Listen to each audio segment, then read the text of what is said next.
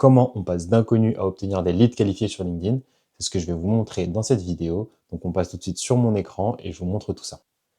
Pour ceux qui ne me connaissent pas, moi c'est Marley, j'ai une agence de personal branding B2B du nom de Memory. On accompagne des dirigeants à générer plus de leads, plus de visibilité et surtout gagner en autorité et en crédibilité via LinkedIn et le biais de la newsletter. Ça fait plus de 2 ans maintenant que j'accompagne des dirigeants sur LinkedIn et en 2 ans, on a accompagné un peu plus de 70 profils sur des boîtes comme Wallaxy, Tudigo, Swapped, Biggie Group, Rainbow, Ulysse, etc., etc. Donc je ne parle pas de moi plus longtemps, on passe tout de suite sur mon écran et on rentre dans le vif du sujet de cette vidéo. Bon du coup, on se retrouve sur mon écran pour vous parler du funnel complet LinkedIn, donc de l'inconnu au rendez-vous, étape par étape, comment est-ce qu'on fait concrètement.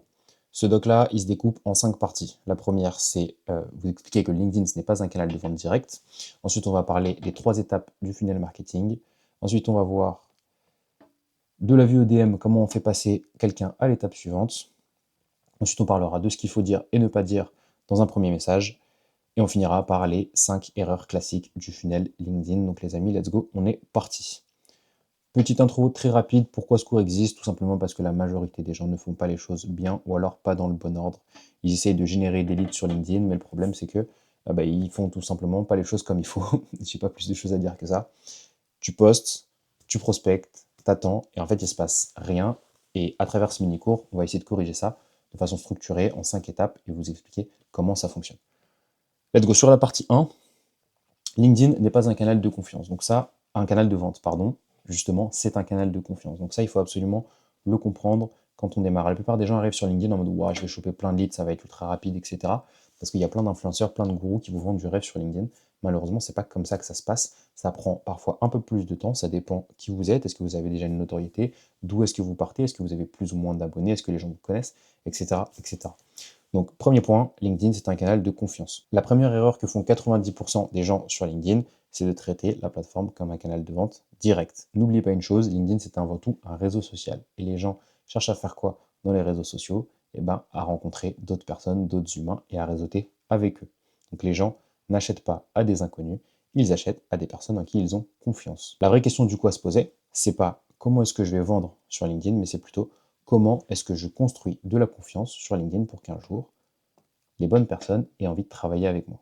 C'est aussi simple que ça. Ce que j'ai noté ici très rapide, c'est que la confiance, c'est un peu la monnaie sur LinkedIn. Tout le reste, les likes, les impressions, les vues, tout ça, c'est de la vanity métrique. En vrai, ça ne doit pas être vos KPI principaux. Vous devez vraiment vous concentrer sur créer plus de confiance sur LinkedIn. Ce que ça change, du coup, quand on comprend que LinkedIn, c'est pas un canal de vente, mais plutôt un canal de confiance, c'est qu'on arrête de vendre dès le premier message, on arrête de pitcher en DM sans avoir fait aucun lien en amont, sinon vous tombez juste dans les DM de personnes qui vous ouvrent, qui vous lisent et qui ne vous répondront sûrement jamais. Et en plus, si vous les relancez beaucoup, ils vous trouveront sûrement très lourd. Et en changeant cette perspective que vous avez de LinkedIn, ce que vous allez faire, c'est que vous allez commencer à construire quelque chose de plus solide, une présence, une réputation, un canal de confiance, ce que moi j'appelle chez Memory une marque mémoire. C'est un actif qui travaille pour vous en permanence, 24/24, 7 sur 7, même quand vous n'êtes pas en ligne, ça continue à bosser parce que c'est un actif qui est drivé par la création de contenu. Au niveau de la partie 2, maintenant qu'on a compris que LinkedIn, ce n'était pas un canal de vente direct, mais plutôt un canal de confiance. Il y a 3 étapes au niveau du funnel LinkedIn qui sont la visibilité, la crédibilité et la conversion. Dans cet ordre-là, s'il vous plaît. C'est important de connaître les 3 et c'est important de se rappeler que ça se fait dans cet ordre-là avant tout. Le problème que les gens font avec ces 3 piliers du funnel LinkedIn, c'est que souvent ils sautent la troisième. Ils créent du contenu, donc ils espèrent obtenir de la visibilité. Donc ils obtiennent de la visibilité en fait. Ils espèrent obtenir de la crédibilité avec leur contenu. Certains y arrivent plus ou moins bien que d'autres. Et ensuite ça s'arrête là. La partie conversion, ils attendent que les gens viennent à eux, que ça tombe dans leur DM et qu'il y ait quelqu'un qui leur envoie un message du style coucou, est-ce qu'on travaillerait pas ensemble parce que j'ai vu ton dernier post, il était génial. Ça arrive, mais très honnêtement, c'est plutôt rare, les amis. Il faut arrêter de croire que ça arrive très, très souvent à tout le monde. Ceux qui vous disent ça sur LinkedIn, c'est que soit ils sont très connus, c'est que soit ils vous mentent. Donc c'est un des deux. La première étape, c'est la visibilité. La visibilité, c'est quoi? C'est le moment où une personne qui ne vous connaît pas encore tombe sur votre contenu. Donc ça peut être n'importe quoi, hein. Quand je dis contenu, ça peut être un post, ça peut aussi être un commentaire, ça peut être une vidéo, enfin vraiment c'est un article que vous avez écrit sur LinkedIn, etc. C'est vraiment un contenu que vous avez posé sur LinkedIn. L'objectif de cette étape, c'est tout simplement d'exister dans l'espace mental de votre cible, c'est qu'elle vous voit et qu'elle vous remarque à travers la pertinence du contenu que vous avez apporté. Donc pour ça, comment on fait? On publie du contenu de manière régulière, 2 à 3 fois par semaine. On cible les douleurs et les questions réelles de son audience. Je vais dire un hack, c'est même pas un hack, c'est une base marketing.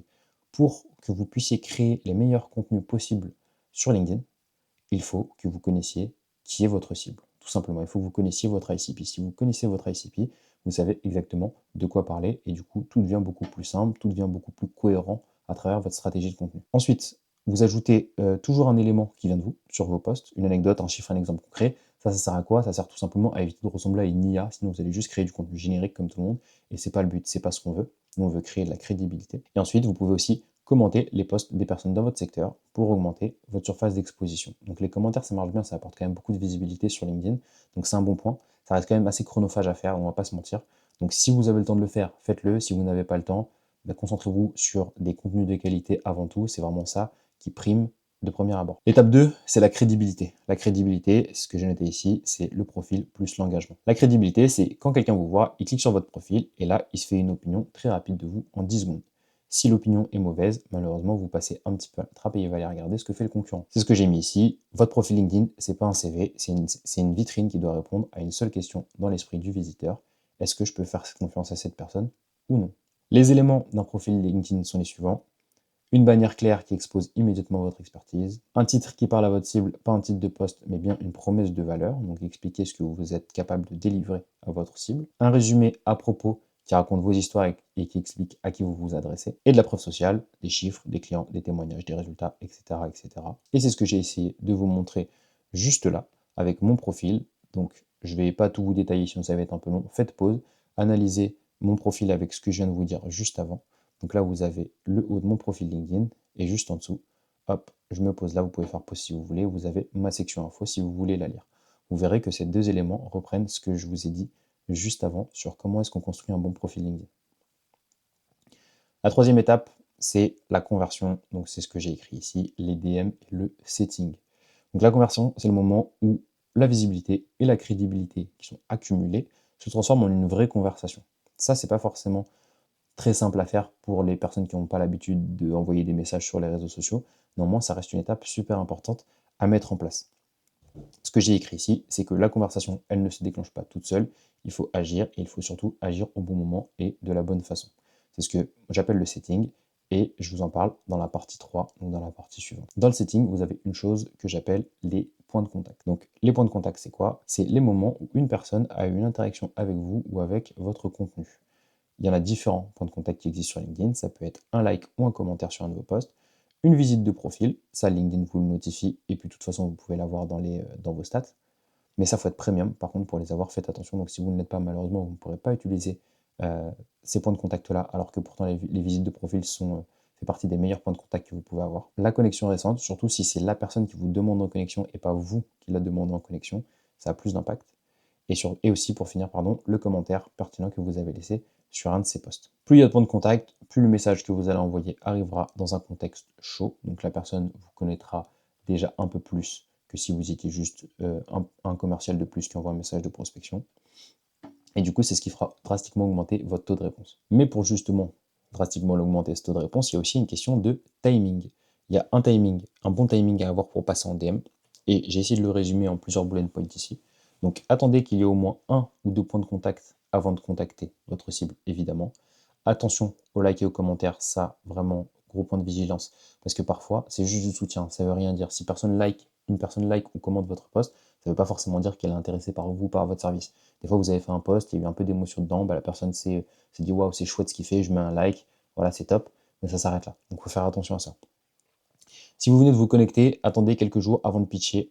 Ne pitchez pas immédiatement votre solution et en vrai, même ne pitchez pas du tout parce que ça va juste nuire à votre prospection. Donc, ne pitchez pas du tout sur LinkedIn, ça ne sert pas à ça. On en reparlera juste après. Et si vous avez commenté un des posts de façon pertinente, c'est un super signal pour rebondir en DM. Globalement, à quoi ça ressemble? Vous voyez un post d'une personne qui est dans votre ICP sur un sujet. Vous vous dites que ce sujet peut potentiellement être transformé en une problématique qu'il a. C'est peut-être pour ça qu'il en parle. Du coup, vous mettez un commentaire pertinent sous son post. Toutes les personnes à qui on commente les posts répondent ou au moins mettent un like parce que on a bossé avec plusieurs dirigeants. Certains ne sont pas du tout à l'aise avec les réponses en commentaire, mais ils mettent au moins des likes. Donc, attendez d'avoir un like ou une réponse au commentaire. Et une fois que vous l'avez, passez en DM. Essayez de creuser un petit peu le sujet en DM, essayez de voir s'il y a une problématique ou pas à aller chercher, et du coup, peut-être emmener la personne au rendez-vous. Okay. Ce que j'ai noté ici, c'est que l'idée, c'est de construire une continuité qui est logique. Le DM, il ne doit pas tomber de nulle part. Le DM, il doit s'inscrire dans une conversation qui a déjà commencé, même implicitement. Il faut que vous arriviez vers la personne parce que la personne vous a déjà vu. Et vous savez si elle vous a déjà vu, justement, via les différents points de contact qu'on vient d'évoquer juste ici. Ensuite, partie 4, partie super importante, ce qu'il faut dire ou ce qu'il ne faut pas dire dans un premier message LinkedIn. Je reçois énormément, et je ne suis pas le seul, hein, de messages LinkedIn qui sont bâclés, qui sont mauvais. Vraiment, on n'a juste pas envie d'y répondre, et j'espère que ce n'est pas le genre de message que vous envoyez. Mais si c'est le genre de message que vous envoyez, on va résoudre ce problème tout de suite, et je vais vous expliquer ce qu'il faut faire ou ne pas faire dans un premier message LinkedIn. La première règle, la règle d'or, ne vendez rien dans un premier message, s'il vous plaît. Le but d'une conversation LinkedIn, c'est d'emmener en rendez-vous. Vous n'avez absolument rien à vendre. C'est d'apporter de la valeur, de découvrir s'il y a une problématique et si oui, vous emmenez en rendez-vous. S'il n'y a pas de problématique, continuez à apporter de la valeur. Tout ça, bien sûr, à titre gratuit. Et ensuite, arrêtez-vous là. C'est pas parce que la personne n'a pas besoin de vous aujourd'hui qu'elle n'aura pas besoin de vous dans 2, 3, 6 mois. Mais si vous faites que vendre, en fait, vous serez juste catégorisé comme le commercial de plus. Et vous pouvez être sûr que la personne ne reviendra pas vers vous à l'avenir. Okay. Les gens sur LinkedIn, ils veulent se sentir vus, compris et intéressants à vos yeux. Ce que vous devez vous poser comme question avant d'envoyer un message sur LinkedIn, c'est la suivante. C'est est-ce que ce message, je peux l'envoyer à n'importe qui sans rien modifier? Si la réponse est oui, supprimez votre message et recommencez-le. Ça veut dire qu'il n'est tout simplement pas assez personnalisé et vous ne montrez pas assez l'intérêt que vous avez envers la personne que vous contactez. Donc prenez vraiment le temps de personnaliser vos messages, faites cet effort-là et je vous assure que vous aurez un taux de réponse qui sera bien plus haut que ce que vous pouviez avoir si vous avez déjà testé avec des messages génériques. Donc une règle fondamentale, un bon premier message DM est un message que vous ne pouvez envoyer qu'à cette personne-là et à personne d'autre. Okay. Et ça passe par la personnalisation, encore une fois. Petit point sur la structure d'un premier message efficace. Il y a 3 points clés. Une accroche personnalisée, quelque chose que vous avez vraiment observé sur son profil, son contenu ou son parcours. Ça, l'IA peut vous aider. Il y a des outils aujourd'hui qui existent qui vous permettent d'aller plus vite à ce niveau-là. Donc vous pouvez utiliser l'IA pour ça. Un lien ou une raison d'être là, donc tout simplement un élément de contexte. Donc pourquoi est-ce que vous écrivez à cette personne maintenant? Et donc du coup, encore une fois, on peut rebondir sur un des différents points de contact qu'on a évoqués juste avant. Et ensuite, une ouverture et pas une clôture. Si vous posez des questions fermées ou si vous envoyez directement votre Calendly, la personne, à mon avis, soit elle ne vous répondra pas suffisamment pour continuer la conversation, soit elle ne vous répondra pas du tout. Donc posez des questions ouvertes, créez un espace de dialogue, et surtout ne fermez pas la conversation avec une demande de call immédiate. Encore une fois, ne vendez rien, s'il vous plaît. Ce qu'il ne faut absolument pas faire, pitcher son offre dès le premier message. Encore une fois, je le répète, mais c'est super important. Demander un appel de 30 minutes sans avoir rien construit du tout avant. Encore une fois, personne ne viendra en appel avec vous si vous pitchez tout de suite et si vous posez votre calendrier là. Utilisez un message générique, donc c'est ce qu'on a vu juste avant, que vous pourriez envoyer à 500 personnes. Il faut personnaliser, c'est super important. Mentionnez vos prix ou vos services dans un premier échange. Ça se fait lors de l'appel de vente, ça ne se fait pas sur LinkedIn, sauf si la personne vous le demande de manière très explicite. Et relancez 3 fois en 72 heures. Si la personne ne répond pas, vous allez juste l'harceler et elle va vous prendre pour un fou et elle vous répondra plus. Donc ça, laissez tomber. Et ces erreurs-là, point important, elles ne font pas que vous faire rater l'opportunité, elles nuisent aussi énormément à votre réputation. Il y a, je ne sais plus qui dit ça, j'ai entendu une personne dire ça et je trouvais ça super pertinent, qui est que la réputation, ça se construit sur des années, mais ça se détruit en 30 secondes. Et typiquement, avec des messages commerciaux qui vendent tout de suite, etc., vous détruisez votre réputation que vous avez potentiellement construit en créant du contenu encore et encore et encore.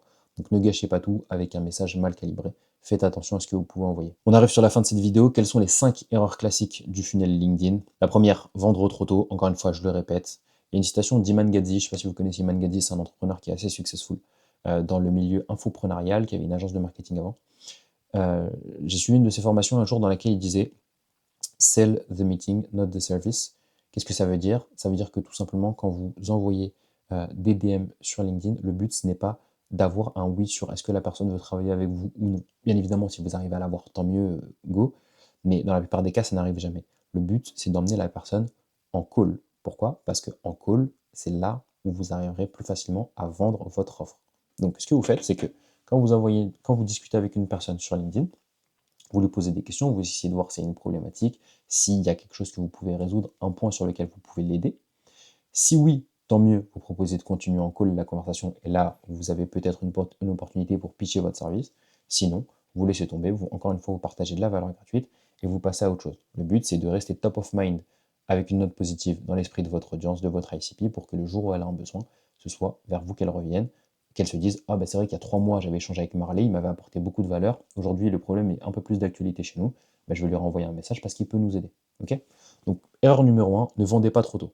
Erreur numéro 2, ne faites pas que du contenu entrant, donc de lead-bound. Pourquoi? Parce que ce que vous allez faire avec ça, c'est que vous allez aller chercher de la visibilité, vous allez peut-être aller chercher de la crédibilité, mais le problème, c'est que la partie conversion ne viendra pas, ou alors elle mettra beaucoup plus de temps à arriver. L'erreur numéro 3, c'est ignorer votre profil LinkedIn. Si vous avez du contenu de qualité, mais que derrière, en arrivant sur votre profil LinkedIn, on ne comprend pas qui vous êtes, ce que vous faites, etc., les personnes, ils swipe, ils passent à autre chose et ils vont chez le concurrent. Erreur numéro 4, c'est l'équivalent de l'erreur numéro 2. Si vous ne faites pas de setting, bah, vous manquez cette partie conversion. Donc n'oubliez pas, le funnel LinkedIn il se compose en 3 étapes, visibilité, crédibilité et conversion. Donc créez du contenu et faites du setting. Et l'erreur numéro 5, comptez uniquement sur l'IA pour vos messages. Bon, ça, je pense qu'il y a beaucoup d'entre vous peut-être qui l'utilisent déjà. L'IA, ça fait des choses magnifiques, mais ça ne fait pas encore tout, malheureusement. Et aujourd'hui, ça peut nous aider à gagner du temps sur la création de contenu, mais en ce qui concerne les messages personnalisés en DM, bah, l'IA ne peut pas remplacer l'humain. Par contre, ce que l'IA peut faire, c'est vous aider à trouver les différents éléments que vous pouvez récupérer sur un profil LinkedIn qui sont intéressants, sur lesquels vous pouvez rebondir, et du coup, grâce auxquels vous pouvez envoyer des messages un peu plus personnalisés à votre audience. Mais personnalisez vos messages manuellement, faites-le. Je sais que ça prend du temps, mais honnêtement, aujourd'hui encore, c'est la seule chose qui performe vraiment. Moi, je le vois au quotidien avec les messages qu'on envoie. C'est vraiment ça qui marche. Donc, faites-le, prenez sur vous. C'est chiant, c'est chronophage, je le sais, je le fais, mais faites-le, faites-moi confiance. Pour finir, les amis, récapitulatif du funnel LinkedIn en 5 points clés. LinkedIn, c'est pas un canal de vente, c'est un canal de confiance. Il y a 3 étapes, visibilité, crédibilité et conversion. Les points de contact précèdent toujours les DM. Ne contactez pas quelqu'un à froid sans contexte préalable parce que du coup, vous baisserez votre taux de réponse.